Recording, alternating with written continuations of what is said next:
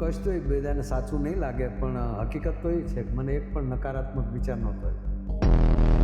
અને બહાર પણ તમારો શત્રુ કોઈ હોય, લડવાનું તમારે જ છે. આમાં ક્યાંય ચમત્કાર કામ નથી કરતા. મારે એવું જાણવું છે કે તમારા પ્રમાણે કયો વ્યક્તિ સર્વશ્રેષ્ઠ કે જેના સૌથી વધારે મિત્ર હોય એ કે જેના સૌથી વધારે દુશ્મન હોય એ? હાસ્ય કલાકાર થવું બહુ અઘરું છે, કારણ કે તમે સ્ટેજ ઉપર વહી ગયા એટલે તમારે તમારી જાતને ભૂલી જવી પડે, અને તમે જે પરિસ્થિતિમાં હો પણ સામાવાળાને તમારે હસાવવા પડે. તમે દુનિયાને હસાવી શકો, તમને હસાવનાર કોણ? પહેલાં તો પ્રેમ એટલે શું? હા હા, જે ઝેર મેળવા છતાં એને અમૃત કરી જાણે, આનું નામ પ્રેમ.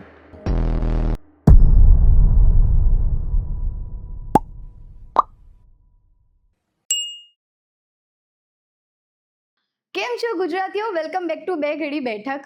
મને ખબર છે તમે લોકો મારા માટે કે મારા ઇન્ટરવ્યૂના પ્રશ્નો સાંભળવા આજે નથી આવ્યા. આજે તમે આવ્યા છો મારા વિડીયોમાં માયા આતાને મળવા. બધા એમને ભાવથી એ જ બોલાવે છે, તો હું બી એમને એ જ બોલાવીશ. એવું તો નહીં કહું, વિડીયો છેક સુધી જોજો, કારણ તમે જોશો એ મને ખબર જ છે. તો એમને મળીએ, એમને બહુ જ મસ્ત મસ્ત પ્રશ્નો પૂછવાની છું. સૌપ્રથમ તો કેમ છો તમે? બસ એકદમ આનંદમાં. હવે મેં તમને ઓફકોર્સ તમારી તબિયત વિશે પૂછ્યું ને હમણાં જ થોડાક સમય વીત્યો એને, અને તમારી હેલ્થના થોડાક ઇશ્યુઝ ઊભા થયા હતા. હવે મારે એ જાણવું છે કે ત્યારે તમને ઓફકોર્સ નેગેટિવ થોટ્સ બહુ બધા આવ્યા હશે, કે બહુ જ નકારાત્મકતા કદાચ તમે વિચારી હશે, તો એને તમે પોઝિટિવ કેવી રીતે કરી હતી? કારણ આજનો યુવા બહુ જલ્દી નકારાત્મક વિચારવા લાગે છે. તમે એને પોઝિટિવ રીતે કેવી રીતે વિચાર્યું હતું? આ પહેલાં તો તમામ દર્શક મિત્રોને બેઠકના રામ રામ. આપે પૂછ્યું કે જે પરિસ્થિતિ એને કેટલા નકારાત્મક વિચાર આવ્યા છે. હું કહીશ તો એ બધાને સાચું નહીં લાગે, પણ હકીકત તો એ છે કે મને એક પણ નકારાત્મક વિચાર નહોતો આવ્યો. વાસ્તવિકતાને સ્વીકારવી અને જે છે એનો તમારે સામનો કરવો. તમારા કોઈ પણ તમારી અંદર બીમારી છે એ પણ તમારો શત્રુ છે, અને બહાર પણ તમારો શત્રુ કોઈ હોય, લડવાનું તમારે જ છે. આમાં ક્યાંય ચમત્કાર કામ નથી કરતા. તમારી પોતાની હિંમત કેટલી છે. તો ત્યારે જ્યારે મને પ્રોગ્રામ પહેલાં જ કહેવામાં આવ્યું, ત્યાંના ડૉક્ટરો સાક્ષી છે, આયોજકો સાક્ષી છે કે ભાઈ તકલીફ પડી છે, તો એને ચેકઅપ કર્યા પહેલાં સ્ટેજ ઉપર નથી જવા દેવા. અને ડૉક્ટરની ટીમ આવીને ત્યાં જ મને કાર્યોગ્રામને બધું કર્યું, એટલે એટેક ચાલુ હતો. ડૉક્ટરે કીધું કે તમારે સ્ટેજ ઉપર નથી જવાનું, હવે સીધું હોસ્પિટલ જવાનું. અને ત્યારે મેં કીધું કે ના, પહેલાં હું સ્તુતિ કરીશ. કહેવાનો મતલબ કે મૃત્યુ સત્ય છે, એને તમે નકારાત્મક કેમ કરી શકો?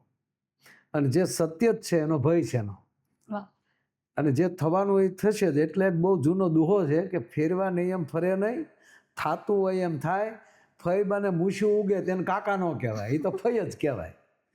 એટલે હંમેશા આપના માધ્યમથી મિત્રોને કહેવા માગું છું કે તમે કેટલા હકારાત્મક છો અને વાસ્તવિકતાને સ્વીકારવાની કેટલી તાકાત છે, એના ઉપર જ માણસનો આખો વિચારધારા અને સાથે માણસ વણાયેલો હોવો જોઈએ.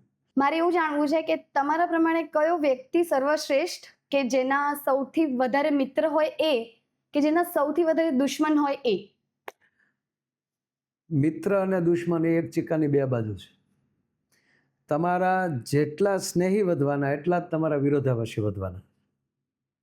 દાખલા તરીકે કે તમને હું તમારા ઘરે કદાચ આવું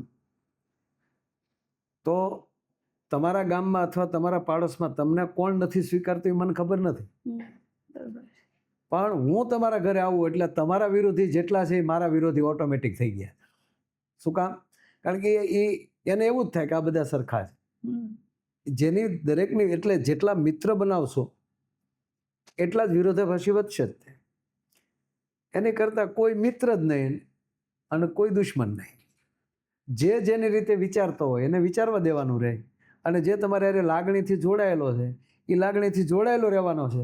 આખી દુનિયામાં રામના પ્રેમી આખી દુનિયા ન હોય, એમ આખી દુનિયામાં રાવણના વિરોધી ન હોય. જી. આખી દુનિયામાં બધાય કૃષ્ણના પ્રેમી ન હોય, અને એનો અર્થ એ નથી કે આખી દુનિયામાં કંસને કોઈ સ્વીકારતો ન હોય. વાસ્તવિકતા તો આ જ છે. તો ભગવાન જેવા ભગવાનને પણ એનો સામનો કરવો પડે તો રાવણની બુદ્ધિ ન સુધરી જાય, કંસની બુદ્ધિ ન સુધરી જાય. ના, ઈશ્વર કોઈને સુધારતો નથી, ઈશ્વર સ્વીકારે છે.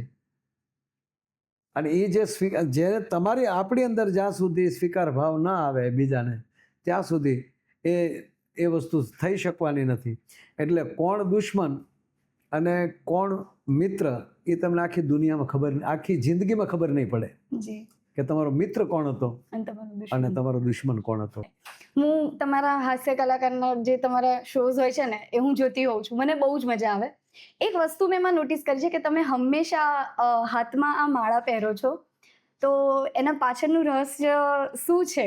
ના, આનું નામ છે બેરખો. આ માળાને બેરખો કહેવામાં આવે. ને આના 18 પારા હોય, એટલે 8 ને 1 9 એટલે પૂર્ણાંક. બે રખો તમારું કામે કરતા જાઓ અને ભગવાનનું નામે લેતા જાઓ. બે રખો કરતા જઈએ ઘરના કામ, લેતા જઈએ હરિના નામ. અને એમાંય આ બેરખા ઉપર તો ખૂબ ભજનો લખાણા છે. અમારા વસંત બાપુ હરિયાણી આ બેરખો આખું ભજન લખ્યું છે. ક્યારેક અનુકૂળ હોય તો અમારા દીપક બાપુએ કીર્તિદાને બધા એ બેરખો ગાયો છે, તો ક્યારેક ચર્ચ કરીને ગાજો કે આ 18 પારા શું છે. જરૂર. આ 18 અધ્યાય છે ગીતાના. અચ્છા. એક અધ્યાયનો એક પારો થાય, અને એ સદગુરુની કૃપાથી તમે આખી માળા હાથમાં ફેરવીએ તો લાંબી પડે. માળા આ ડોકમાં છે જ, પણ એ પૂજામાં બેઠા હોય, ઘરે બેઠા હોય ત્યારે માળા કરીએ બરાબર, પણ આ આખી માળા મોટી પડે તો હાલતા ચાલતા તમે ન લઈ શકો.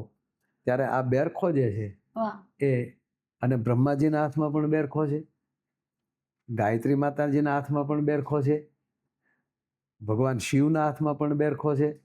એટલે બેય રખો, એકલું રાખોમાં, એક રાખોમાં બેય રખો. ભજને રાખો અને કામે તમારું ચાલુ રાખો. એ માટે હું તમે હાથમાં હોય સીધો, પાછા એકલા પીડે સીધો હાથમાં આવી જાય, પાછું કંઈક કામ આવ્યું ફટ દિન હાથ વયો ગયો હાથ. એમ આ બેય રાખવા માટે આ બેરખો છે. હાથમાં બી તમે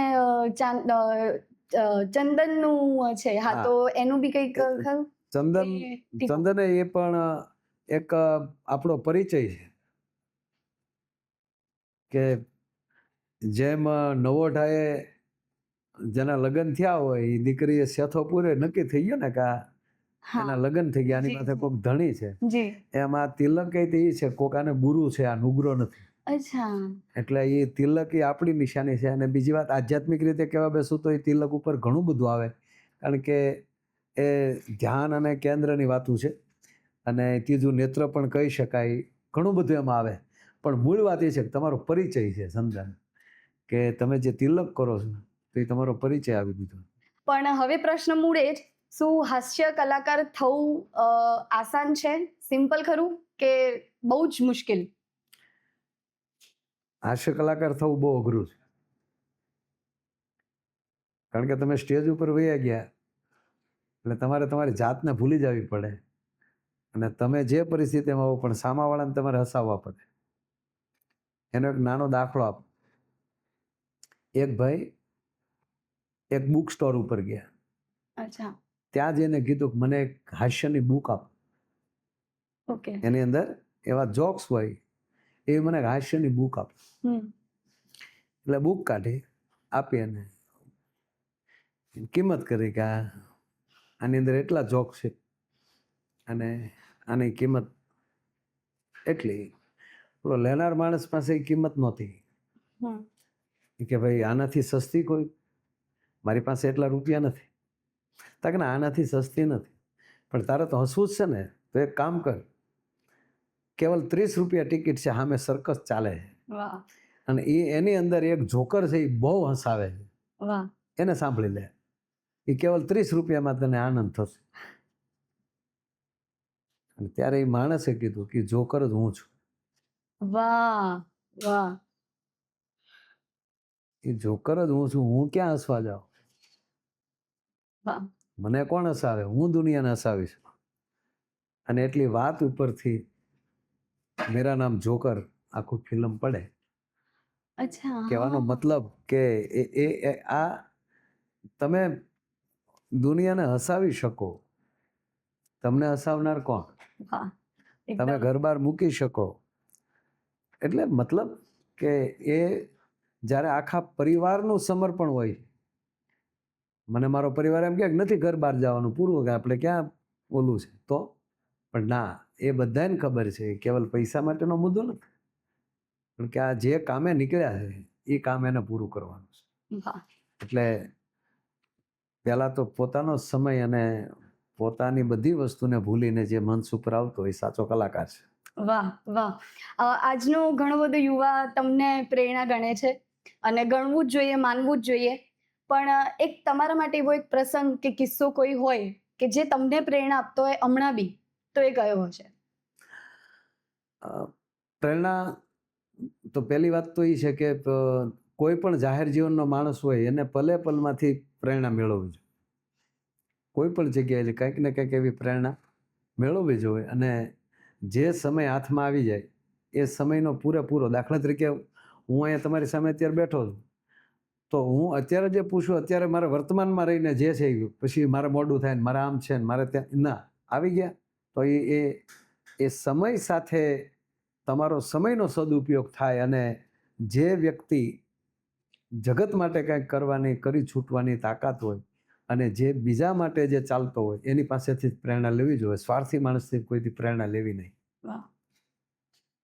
હવે એક છેલ્લો પ્રશ્ન હું તમને પૂછીશ. તમે હમણાં વચ્ચે કૃષ્ણ ને એ બધી વાત કરી. હવે કૃષ્ણનું નામ લઈએ ને એટલે આપણને પ્રેમ તરત આપણા મગજમાં આવે. અને હમણાં ઘણા બધા કપલ્સ છે કે જે બહુ જ નાની નાની વાતે બ્રેકઅપ કરી લેતા હોય કે ડિવોર્સ થઈ જતા હોય છે લોકોના. ટૂંક સમયમાં એમના સંબંધ બગડી જતા હોય. હવે તમારો જે પ્રમાણે એક્સપિરિયન્સ છે એ પ્રમાણે એમને કોઈ સારી સલાહ આપવી હોય તો એ શું આપશો તમે? પહેલાં તો પ્રેમ એટલે શું? હા હા. જે ઝેર મળવા છતાં એને અમૃત કરી જાણે, આનું નામ પ્રેમ. વાહ વાહ. મીરાને ઝેર મળ્યું છતાં એને અમૃત કરીને સ્વીકાર્યું. મને એ કહેશો તમે કે દુનિયામાં રાધા કૃષ્ણ જેવો કોઈનો પ્રેમ ખરો? ના. તો તમે મને એ કહો કે મળ્યા કેદી? ક્યારેય નહીં. રાધાને કૃષ્ણ, ભગવાન કૃષ્ણએ ગોકુળ મૂક્યા પછી ત્યારે 11 વર્ષના હતા. 11 વર્ષના છોકરા શું પ્રેમમાં કામના હશે કે કેવલ પ્રેમ હશે? 11 વર્ષની ઉંમર છે ને ભગવાન. તો 11 વર્ષનો બાળક, 11 વર્ષનો કૃષ્ણ ગોકુળ મૂકી દે રાધા પાસેથી રજા લઈને. એ પછી 100 વર્ષ ભગવાન 126 વર્ષ જીવ્યા. જી. 126 વર્ષમાંથી 11 વર્ષ કાઢી નાખો એટલે 115 વર્ષ થાય. 115 વર્ષ ભગવાન એ પછી રહ્યા પણ કોઈ દી ગોકુળ આવ્યા નથી, રાધાને મળ્યા નથી. જી જી. તો ભગવાન એ શીખવે છે કે જેને ત્યાગ આપ્યો એને પણ પ્રેમ કરીને દેખાડી દે. આનું નામ રાધા કૃષ્ણનો પ્રેમ. તું એકચ્યુઅલી મારો ફોન નથી ઉપાડતો અને એકચ્યુઅલી તું ક્યાં હતો, આ વેમ કરે ને ત્યાં પ્રેમ કોઈ દી ન હોય. એટલે એ નક્કી જ નથી થતું કે આજના કપલો જે છે એ પ્રેમ કરે છે કે વેમ કરે છે. કેમ તે મારો ફોન ન ઉપાડ્યો, મેં તને 10 ટ્રાય કરી. સાહેબ આજની પરિસ્થિતિ, આ મોબાઈલે જીવન ઝેર કરી નાખ્યા છે માણસોને. એટલે પહેલી વાત તો એ છે કે જેને સંપૂર્ણ ભરોસો, વિશ્વાસ ન હોય ને એને લગ્ન ન કરવા. વિશ્વાસ વગરની વ્યક્તિએ લગ્ન ન કરવા. એમાં પ્રેમ લગ્નની તો વાત જ નથી. એટલે તમે બે જ્ઞાતિ જુદી છો, તમારા માવતરને ખબર નથી, તમે પ્રેમ કરો છો અને પછી પાછા તમે બે ઝઘડો છો અને પછી પ્રેમમાંથી વેમ કરો છો, તો કોણે બાપના હમ દીધા હતા કોઈ? પહેલો જ વાત એ છે કે જેનામાં સંપૂર્ણ ભરોસો હોય, આનું નામ પ્રેમ. ઝેર આપે એને અમૃત કરી જાણે, આનું નામ પ્રેમ. જેણે જિંદગીમાં ભગવાન કૃષ્ણ 100 વર્ષના, 115 વર્ષના થયા, કોઈ દી મળ્યા નહીં, અને છતાં અખંડ પ્રેમ રાખવો, આનું નામ પ્રેમ. ભગવાનને અષ્ટપટરાણી હતી, પણ મંદિરમાં તો રાધા ને કૃષ્ણ જ ઊભા હોય. શું કામ? કે હું તારા, જ્યારે ભગવાન કૃષ્ણએ કીધું, ઓધવ જ્યારે મળવા ગયા છેલ્લી વાર અને કીધું કે રાધા એક સમાચાર લઈને આવ્યો છું. તારે તો સમાચાર લઈને જ આવવાના હોય ને ઓધવ કયો. કે ભગવાન કૃષ્ણ દુનિયા મૂકીને નીકળી ગયા. ખોટી વાત છે. કે કેમ? કારણ કે 100 વર્ષ નથી મળ્યા મને, મારા હૃદયમાંથી નીકળી જાય તો હું મરદ કહું એને. સાહેબ, આનું નામ પ્રેમ. એટલે અત્યારે જીવનમાં વિશ્વાસથી જીવવું, એકાબીજી ઉપર ભરોસો રાખવો, આનું નામ પ્રેમ છે. અને હંમેશા હું કહું છું કે જ્યાં લાગણીના સંબંધો, એનું નામ પ્રેમ છે. વ્યવસ્થાનું નામ પ્રેમ નથી. તમે 2 વાર ન બોલાવો ને તમારું મોઢું બગડી જાય, પ્રેમ નથી. તમને ઘડીએ ઘડીએ ફોલો આપ્યા કરે, એનું નામ પ્રેમ નથી. પ્રેમ એ વિશ્વાસ છે. વાહ વાહ. તો હવે હું એવું જરાય, હું દર વખતે હું વિડીયોઝમાં કહેતી હોઉં છું, મારે પતવા આવે ને તો હું પછી એવું કહું કે લાઈક કરો, શેર કરો, સબસ્ક્રાઇબ કરો ચેનલને. પણ આજે હું નહીં કહું, કારણ વાતોથી તમે ડેફિનેટલી સબસ્ક્રાઇબનું બટન હજી સુધી દબાઈ દીધું હશે. તો વિડીયો ગમ્યો હોય તો ઓફકોર્સ લાઈક તો કરો, હજી તમારા ફ્રેન્ડ્સ અને ફેમિલી જોડે શેર કરી દો video. Thank you so much for watching this video. By.